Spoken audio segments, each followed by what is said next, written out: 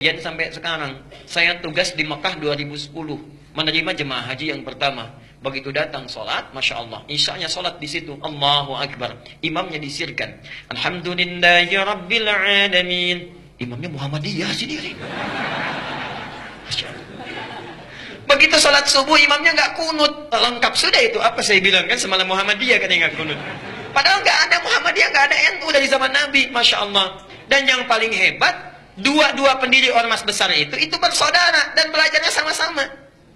Sama-sama berangkatnya bareng, satu nasab yang sama, belajar di satu guru yang sama, kembali yang sama, punya misi yang berbeda. Yuk kita buktikan. Saya agak panjangin sebentar nih ya.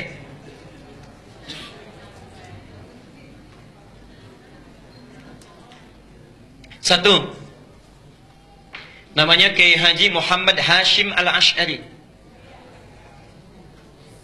Muhammad Hashim Al-Ash'ari. Kemudian nanti mendirikan Nahdlatul Ulama tanggal 31 Januari tahun 1926. Kedua, siapa namanya? Kiai Haji Ahmad Dahlan. Sebetulnya bukan nama asli, nama aslinya Muhammad Darwish. Muhammad Darwish. Cuma nanti saat pergi ke Mekah, keduanya ini oleh gurunya Muhammad Darwish diganti nama menjadi Ahmad Dahlan. Ahmad Dahlan mendirikan Muhammadiyah tanggal 18 November tahun 1912. Nah, pertama, dua-duanya ini bersaudara. Bersaudara, ketemu nasabnya di saudara jauhnya. Muhammad Hashim Al-Ash'ari bin Abdul Wahid bin Abdul Wahid bin Abdul Halim. Abdul Halim nama aslinya Pangeran Bernawa, Pangeran Benawa bin Abdurrahman. Abdurrahman nama aslinya Sultan Hadiwijaya, dikenal dengan Joko Tingkir. Bin Abdul Fattah bin Abdul Aziz bin Abdullah bin Maulana Ishaq. Siapa Maulana Ishaq itu? Bapaknya Raden Ainul Yakin yang dikenal dengan Sunan Giri. Bertemulah nasabnya di Maulana Ishaq. Maulana Ishaq. Nanti kita jelaskan siapa Maulana Ishaq ini. Kiai Haji Ahmad Dahlan, ini nasabnya nyambung ke sini Maulana Ishaq. Kiai Haji Ahmad Dahlan bin Kiai Haji Abu Bakar, bin Kiai Haji Ilyas, bin Kiai Sulaiman, bin Kiai Murtada, bin Demang Jurang Juru Kapindo, bin Demang Jurang Juru Sapisan, bin Kiai Gerbek, bin Maulana Ishaq. Maulana Ishaq. Bertemu di sini. Ya. Siapa Maulana Ishaq ini? Adalah satu dari dua anaknya Syekh Ahmad Jumadil Kubra yang membawa Islam, asalnya dari Mesir, datang dengan 8 orang temannya atas perintah dari kekhilafahan Turki supaya datang ke Nusantara memberikan nilai-nilai Islam. Namanya Ahmad Jumadil Kubra.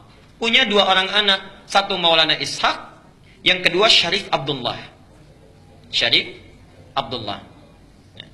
Maulana Ishaq ini nanti yang akan melahirkan 2 keturunan ini. Syarif Abdullah ini tinggalnya di Mesir, tidak ikut ke Nusantara.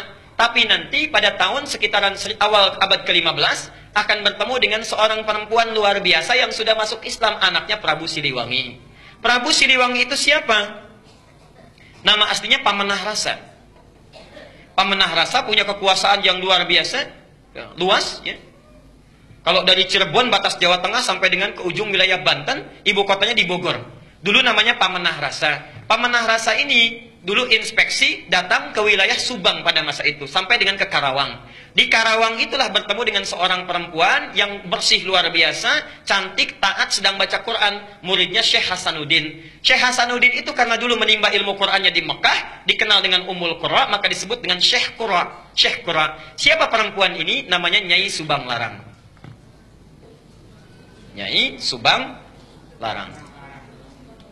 Jatuh cinta dengan Nyai Subang Larang, menikahlah dengan beliau ini. Setelah menikah, pada tahun 1423, memiliki keturunan pertama laki-laki, diberi nama dengan Walang Sungsang.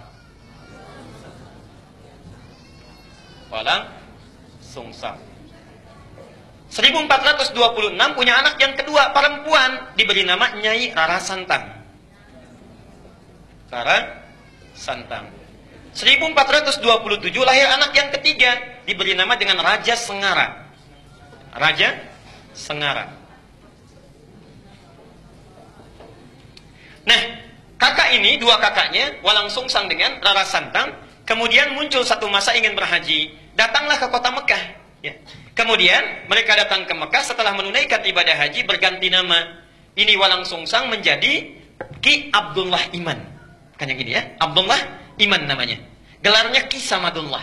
Gelarnya Ki Samadullah, Kiai Samadullah. Samadullah. Ini Rara Santang berganti nama menjadi Syarifah Mudaim. Syarifah Mudaim. Saat akan pulang di jalan bertemu dengan Syarif Abdullah. Syarif Abdullah langsung meminang Syarifah Mudaim untuk dijadikan istrinya. Menikahlah kedua orang ini, lantas berangkat ke Mesir. Di Mesir kemudian mereka menyatu, bersama-sama berumah tangga, melahirkan seorang anak namanya Syarif Hidayatullah.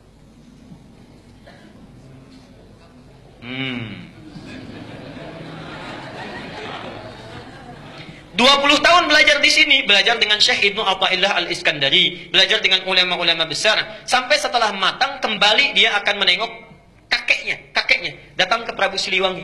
Ya. Karena kakeknya tinggal di wilayah Jati, diberikan kekuasaan di situ, diangkatlah dan dikenal dengan Sunan Gunung Jati di kemudian hari. Itulah Syarif Hidayatullah, keturunan dari sini. Sedangkan Ki Samadullah pergi ke satu wilayah dikenal dengan Lemah Wungkuk.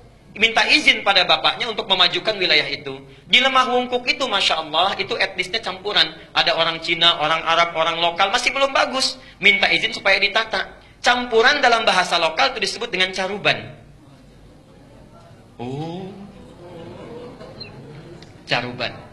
Begitu datang ke sini, ya, dikelola, dirawat dengan baik sampai tumbuh pesat luar biasa. Masya Allah, tiba-tiba melihatlah seorang anak perempuan, putri dari seorang pembesar Syah Bandar namanya Ki Gedeng Alang-Alang, punya putri namanya Nyai Kencana Larang. Kencana Larang. Ya. Menikah dengan Kencana Larang. Setelah menikah, untuk mengabadikan namanya, maka disebut dengan Caruban Larang, Caruban Larang, Caruban Larang. Lisan orang sana menyebut Caruban, Caruban, Caruban. Berubah sekarang menjadi Cirebon. Cirebon, Cirebon, Cirebon. Nah, muncul Cirebon. Ibunya Nyai Subang Larang sudah lama berumah tangga, ingin menengok. Di perjalanan lewat di satu daerah, ajalnya tiba, meninggallah di situ. Untuk mengenang sampai sekarang disebut dengan daerah Subang. Orang Subang belum tentu tahu itu. Nah, ya. Nah, terus apa cukup? Jadi muncul Cirebon. Nah, karena Cirebon sudah maju, maka kemudian diangkatlah, diberi gelar oleh Prabu Siliwangi, diberi gelar namanya Mangkubumi. Ya, Mangkubumi. Ini pertama gelar ini. Mangkubumi itu artinya khalifah fil ard. Al-Baqarah ayat ke-30. Wa idz qala rabbuka lil malaikati inni ja'ilun fil ardi khalifah. Fil ardi, fil ardi itu bumi. Khalifah, mangku, yang merawat, memangku bumi. Jadi gelar mangku bumi itu sama dengan khalifah. Jadi salah total kalau mengganti gelar khalifah menjadi mangku bumi. Sami mawon. Khalifah itu ya mangku bumi. Itulah pertama kali gelarnya diberikan. Nah, yang ingin saya sampaikan, itu satu keturunan yang sama dari Ahmad Jumadil Kubra, punya anak itu. Kisah ini bukan fiktif, bisa dibaca. Yang paling bagus, judulnya Api Sejarah. Ada 2 jilid, karya sejarawan muslim namanya Ahmad Mansur Suryanegara. Ahmad Mansur Suryanegara yang dari Bandung. Jilid yang pertama warnanya hitam, halaman 148. Itu dimulai di situ kisahnya. Yang punya bukunya silahkan. Nah, apa hubungannya dengan yang paling atas? Kiai Haji Ahmad Dahlan, Kiai Haji Muhammad Hashim Asy'ari, itu berangkatnya bareng. Satu keturunan, berangkat bareng. Di Mekah itu berguru pada seorang ulama besar, alim luar biasa dari Minangkabau. Namanya Syekh Ahmad Khatib Al-Minangkabawi. Syekh Ahmad Khatib Al-Minangkabawi. Ada juga yang menyebutkan riwayat dari Sambas, Syekh Ahmad Khatib As-Sambasi. Belajar dari situ, setelah selesai, dua-duanya punya keunikan. Kiai Haji Ahmad Dahlan itu senang sekali praktek. Ya, tidak terlalu banyak teoritis. Langsung praktek. Begitu pulang ke Nusantara, langsung mempraktekkan ajaran-ajarannya, membuat persyarikatan, kemudian persyarikatan Muhammadiyah. Muhammad itu nama Nabi, Yah itu nisbah, mengikuti. Jadi ingin memperbaiki keadaan seperti sesuai dengan Nabi. Bikin rumah sakit, bikin sekolah, dan sebagainya. Praktek dakwah. Kiai Haji Hashim Asy'ari, Muhammad Hashim Al-Asy'ari, Masya Allah, beliau itu senang nulis kitab. Beda dengan Ahmad Dahlan. Menulis kitab sampai ada 19 karya beliau dihimpun di satu kitab besar. 19 kitab. Dari mulai pertama adab dalam menuntut ilmu, kedua risalah Ahlussunnah wal Jamaah, ada kitab An-Nurul Mubin fi Mahabbati Sayyidil Mursalin, sampai 19 kitab. Masya Allah. Jadi akan menyeimbangkan, saudaranya praktek, yang satu memberikan teorinya. Itu asalnya. Dan kalau Anda baca buku aslinya, kitabnya, Masya Allah, itu sama persis, gak ada bedanya. Gak ada bedanya. Aliran-aliran menyimpang yang ditanya jawab disebutkan sama sekali. Misal, Risalah Ahlussunnah wal Jamaah buka halaman ke-9. Faslu awal zuhuril bid'ah fi ardi Jawa wal mubtadi'ina fiha. Pasal menerangkan tentang awal munculnya bid'ah di tanah Jawa dan siapa tokoh-tokohnya. Bid'ah yang dimaksudkan bukan fikih tapi akidah.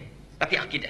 Halaman ke-10 paragraf yang kedua, baris 1 sampai dengan baris yang keempat. Silahkan lihat. Wa minhum rafidhiyuna. Di antara aliran bid'ah itu adalah Syiah Rafidah.